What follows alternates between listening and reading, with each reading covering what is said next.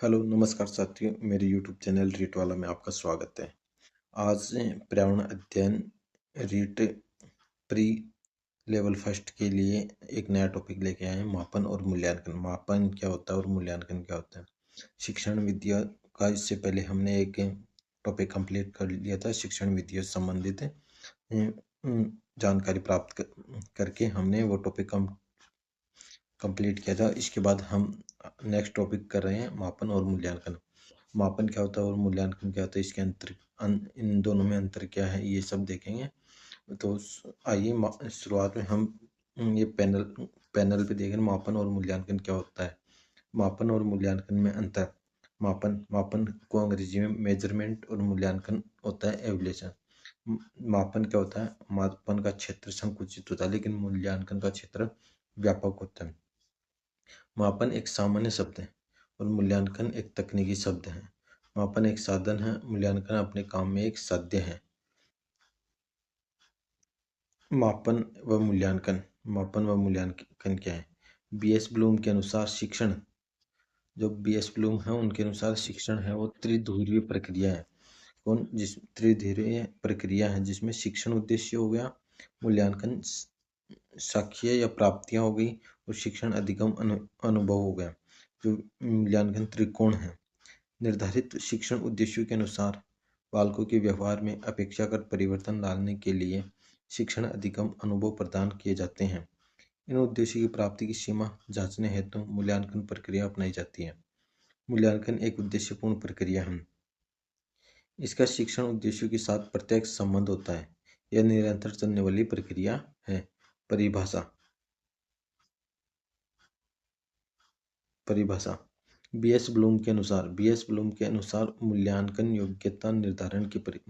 क्या है, योग्यता निर्धारण की प्रक्रिया है जो शिक्षण अधिगम प्रक्रिया की प्रभावशीलता को जांचती है। अल्फ्रेड अल्फ्रेड एंड टाइडमैन के अनुसार किसी अनुभव की उपयोगिता के संबंध में निर्णय देना मूल्यांकन है। वेस्ले एंड कार्टराइट के अनुसार मूल्यांकन वह प्रक्रिया है जिसमें यह जांचा जाता है कि शिक्षण उद्देश्यों की प्राप्ति किस सीमा तक हुई है, बालक के व्यवहार में कितना परिवर्तन आया तथा शिक्षक ने इस हेतु कितना प्रयास किया है। नेक्स्ट है क्विलियन तथा हन के अनुसार विद्यार्थियों के व्यवहार में विद्यालय द्वारा लाए गए परिवर्तनों के संबंध में प्रमाणों का संकलन एवं उनकी व्याख्या ही मूल्यांकन कहलाता है। ग्रांडलून के अनुसार क्या है, मूल्यांकन मापन और मापन प्लस मूल्य निर्धारण दोनों के इक्वल है। मापन क्या है, मात्रात्मक है और मूल्य निर्धारण गुणात्मक है। मूल्यांकन क्या, मापन प्लस मूल्य निर्धारण का योग है। मूल्यांकन क्या है, मापन मूल्य निर्धारण का योग है। मापन क्या है, किसी वस्तु को मात्रात्मक रूप में व्याख्या करना। स्टेवेंसन के अनुसार मापन पूर्व निर्धारित मानकों के आधार पर किसी वस्तु के अंक प्रदान करना है। मापन के प्रकार। स्टेवेंसन के अनुसार स्टीवेंसन ने मापन के 4 प्रकार बताए हैं। नामित मापन हो गया। नामित मापन, इसमें केवल वस्तुओं को नाम प्रदान किया जाता है। यह सबसे कम उपयोगी मापन है, जैसे जोधपुरी, ग्रामीण, बुद्धिमान, बेरोजगार। नेक्स्ट है कार्मिक मापन। इसमें विभिन्न वस्तुओं के मध्य तुलना करके क्रम प्रदान किया जाता है, जैसे प्रथम, द्वितीय, औसत, श्रेष्ठ। इसके बाद अंतरित मापन। इस प्रकार के मापन में विभिन्न स्तरों के आधार पर मापन किया जाता है। इस मापन में क्रमिक स्तरों के बीच समान अंतराल पाया जाता है। इसमें निरपेक्ष शून्य बिंदु नहीं पाया जाता है। इसके परिणामों पर केवल प्लस माइनस संक्रिया की जा सकती है। नेक्स्ट है अनुपातिक मापन। इस प्रकार के मापन में वस्तुओं को विशिष्ट अंक प्रदान किए जाते हैं। इस मापन प्रणाली में निरपेक्ष शून्य बिंदु पाया जाता है। यह सर्वाधिक परिमार्जित मापन है। इस मापन से प्राप्त परिणामों पर सभी गणितीय संक्रियाएं प्लस माइनस गुणा भाग आदि अपनाई जा सकती है। नेक्स्ट है मापन व मूल्यांकन में तुलना करना है। तो मूल्यांकन का दायरा व्यापक होता है जबकि मापन संकीर्ण होता है। नेक्स्ट है मूल्यांकन बालक के सर्वांगीण विकास को जांचने में सक्षम है, जबकि मापन केवल ज्ञानात्मक पक्ष की जांच करता है। मूल्यांकन मात्रात्मक व गुणात्मक दोनों रूप में होता है, जबकि मापन केवल मात्रात्मक होता है। मापन की बजाय मूल्यांकन एक श्रेष्ठ प्रक्रिया है। मापन मूल्यांकन की पूर्ण आवश्यकता है। एक श्रेष्ठ मूल्यांकन की विशेषताएं। फर्स्ट है वस्तुनिष्ठता, ऑब्जेक्टिविटी। वह मूल्यांकन वस्तुनिष्ठ होगा जिसमें परिणाम, रिजल्ट, जांचकर्ता की रुचि, मनोदशा, विचार का परिणाम पर प्रभाव नहीं पड़े। इसके बाद वह मूल्यांकन वस्तुनिष्ठ होगा जिसमें अलग अलग जांचकर्ताओं द्वारा जांचने पर परिणाम पर कोई प्रभाव नहीं होता। मूल्यांकन की वस्तुनिष्ठता को बरकरार रखने के लिए प्रश्न पत्र में शामिल किए गए प्रश्न अद्वितीय हल वाले होने चाहिए। नेक्स्ट है विश्वसनीयता। विश्वसनीयता, रियलेबिलिटी।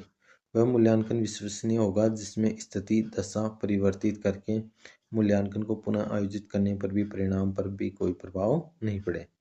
विश्वसनीयता का अर्थ है परिणाम में स्थिरता, अंकन में शुद्धता। नेक्स्ट है वैधता, वैलिडिटी। वह मूल्यांकन वैध होगा जो निर्धारित उद्देश्य की पूर्ति करने में सक्षम हो। इसके बाद व्यापकता। नेक्स्ट है व्यापकता, कॉम्प्रेसिव। वह मूल्यांकन व्यापक होगा जो पाठ्यक्रम के प्रत्येक पहलू की जांच करने में सक्षम हो। सततता, कंटिन्यूअस। एक श्रेष्ठ मूल्यांकन आवधिक नहीं होकर सतत होता है। आवधिक नहीं होकर सतत होता है। विभेदकारिता, डिस्क्रिमिनेशन। एक विभेदकारी मूल्यांकन के परिणामों से किसी कक्ष के बालकों को अलग अलग कर मानसिक स्तर के आधार पर वर्गीकृत कर सकते हैं। मूल्यांकन में विभेदकारिता के लिए प्रश्नों को सरल से कठिन के रूप में व्यवस्थित किया जाता है और इस सभी प्रकार के प्रश्न समावेशित होते हैं। इसके बाद नेक्स्ट है व्यावहारिकता।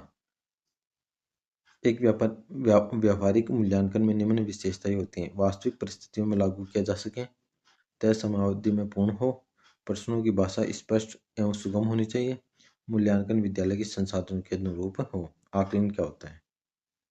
यह मापन से विस्तरित लेकिन मूल्यांकन का एक भाग होता है। इसमें मात्रात्मक रूप से प्राप्त परिणामों की व्याख्या कुछ संकेतों के द्वारा अर्थ प्रदान करते हुए की जाती है। आकलन के प्रकार। सीखने के लिए आकलन, असेसमेंट फॉर लर्निंग। यह शिक्षण अधिगम प्रक्रिया के दौरान आयोजित आकलन है जिसके परिणामों के आधार पर प्रक्रिया में सुधार लाया जा सकता है। नेक्स्ट है सीखने का आकलन, असेसमेंट ऑफ लर्निंग। इससे पहले सीखने के लिए आकलन था, यह सीखने का आकलन है। यह शिक्षण अधिगम प्रक्रिया के अंत में आयोजित किया जाता है। इससे यह पता चलता है कि बालक ने कितना सीखा है। सीखने के रूप में आकलन, असेसमेंट ऑफ लर्निंग। यह आकलन छात्र द्वारा छात्र समूह में किया जाता है। सीखने में आकलन, अधिगम में ही आकलन निहित होता है। यदि बालक सीखते समय ही क्विज, पजल, क्वेश्चन आदि हल करे तो यह सीखने में आकलन है। मूल्यांकन के प्रकार। मूल्यांकन के प्रकार। मिचेल स्क्रीन के अनुसार निर्माणात्मक मूल्यांकन हो गया, समेकित मूल्यांकन हो गया। आर्सियन व मेडिस के अनुसार स्थापन मूल्यांकन हो गया, निर्माणात्मक मूल्यांकन, निदानात्मक मूल्यांकन और समेकित मूल्यांकन हो गया। स्थापन मूल्यांकन, प्लेसमेंट एवल्यूशन। शिक्षण अधिगम प्रक्रिया प्रारंभ करने से पूर्व ही आयोजित मूल्यांकन है जिसका उद्देश्य बालकों के स्तर का पता लगाना है ताकि उसके अनुसार शिक्षण योजना का निर्माण किया जा सके। इसके लिए अवलोकन या संचयी अभिलेख प्रयोग किया जाता है।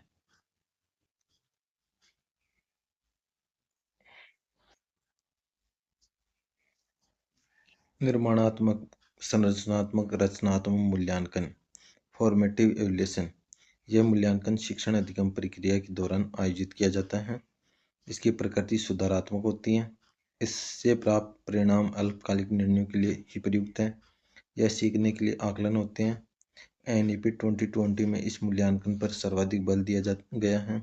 यह मूल्यांकन छात्र के अधिगम प्रवृत्तियों में सुधार हेतु अध्यापक द्वारा प्रयुक्त शिक्षण विधियों की प्रभावशीलता, पाठ्यक्रम के उपयुक्तता की जांच इसी मूल्यांकन द्वारा होती है। निदानात्मक मूल्यांकन, डायग्नोस्टिक एवल्यूशन। बालक की कमजोरियों व त्रुटियों के वास्तविक कारणों का पता लगाने के लिए यह मूल्यांकन आयोजित किया जाता है। यह विशिष्ट प्रकार के मूल्यांकन होते हैं। इसमें त्रुटियों का विश्लेषण किया जाता है। समेकित योगात्मक मूल्यांकन। समेटिव एवल्यूशन, यह मूल्यांकन शिक्षण अधिगम प्रक्रिया के अंत में आयोजित किया जाता है। यह सीखने का आकलन है। इस मूल्यांकन की प्रकृति निर्णयात्मक होती है। इस मूल्यांकन से प्राप्त परिणाम दीर्घकालिक निर्णय के लिए प्रयोग किया जाता है। ये मापन एवं मूल्यांकन संबंधित कुछ टॉपिक्स कंप्लीट कर लिए। इसके बाद में आगे नेक्स्ट वीडियो में नेक्स्ट पॉइंट के बात करते हैं। और ये भी आने वाली रीट पात्रता की परीक्षा के लिए अपने रीट लेवल फर्स्ट के विद्यार्थियों के लिए अति महत्वपूर्ण वीडियो है। और इसमें सारे पर्यावरण अध्ययन के सारे टॉपिक कंप्लीट हो चुके हैं। इसके बाद एक टॉपिक और बचा है जो हमने शिक्षण विद्या प्लस पर्यावरण अध्ययन का सब्जेक्ट प्लस शिक्षण विद्या दोनों पर्यावरण अध्ययन की कंप्लीट हो जाएगी। और ज़्यादा से ज़्यादा अपने दोस्तों के साथ शेयर कीजिए। इस वीडियो के माध्यम से आप अपनी तैयारी को निरंतरता से मजबूती प्रदान कर सकते हैं। जय हिंद, जय भारत।